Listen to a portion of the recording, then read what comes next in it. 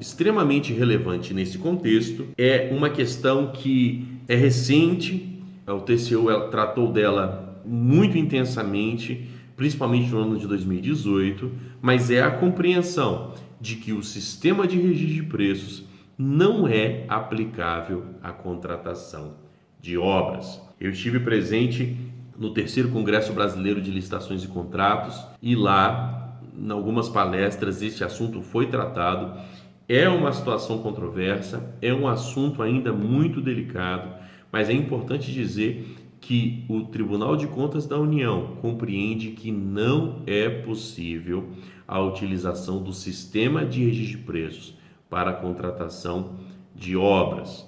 Isso se dá porque este objeto contratual ele não se enquadra em nenhuma das hipóteses do artigo 3º do decreto. Além do fato de que em obras não há demanda por itens isolados, pois os serviços e insumos eles não podem ser dissociados nesse contexto um dos outros. Nós temos um regramento aprofundado na própria Lei 8666 a respeito de obras. E lá nós vemos que existem etapas necessárias para a realização da contratação de uma obra. Primeiro são feitos os projetos. E aqui nós estamos falando do projeto básico, nós estamos falando dos projetos arquitetônicos, nós estamos falando dos projetos executivos e todo esse arcabouço de projetos, os projetos legais, que são as autorizações junto aos órgãos públicos para a realização da obra, enfim, todo esse arcabouço de projetos, ele vai dar supedâneo para uma segunda fase de contratações, que é a fase da execução da obra. E percebam, a execução da obra ela vai acontecer quando este conjunto de projetos já está amadurecido, já está elaborado. A despeito da Lei 8666 permitir que o projeto executivo seja realizado enquanto a obra acontece, é importante dizer que nós temos projetos aqui por este lado, certo? E o sistema de registro de preço, ele traz essa ideia da incerteza, seja quanto ao tempo que vai ser adquirido, seja quanto aos próprios itens que serão adquiridos. E aqui não. Aqui, quando nós falamos de obras, nós precisamos, até para que não haja desperdício de dinheiro público, precisamos da certeza de quais são os serviços e os insumos que serão contratados desde o início.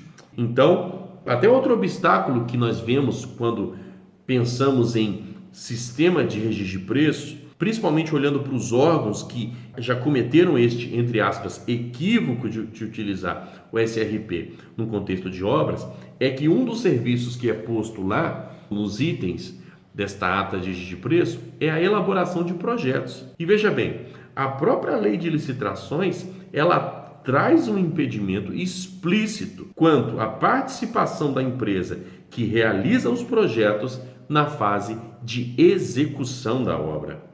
Tá? Então, isto também seria um dos obstáculos verificados nessa situação prática.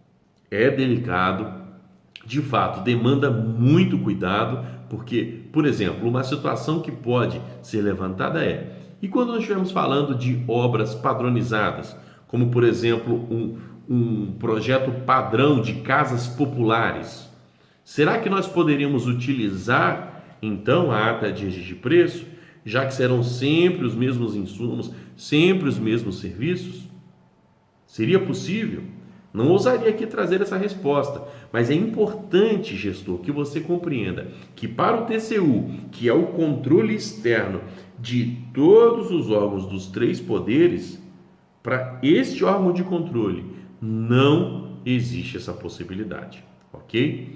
Possibilidade existe, na verdade, na utilização do SRP para serviços de manutenção predial.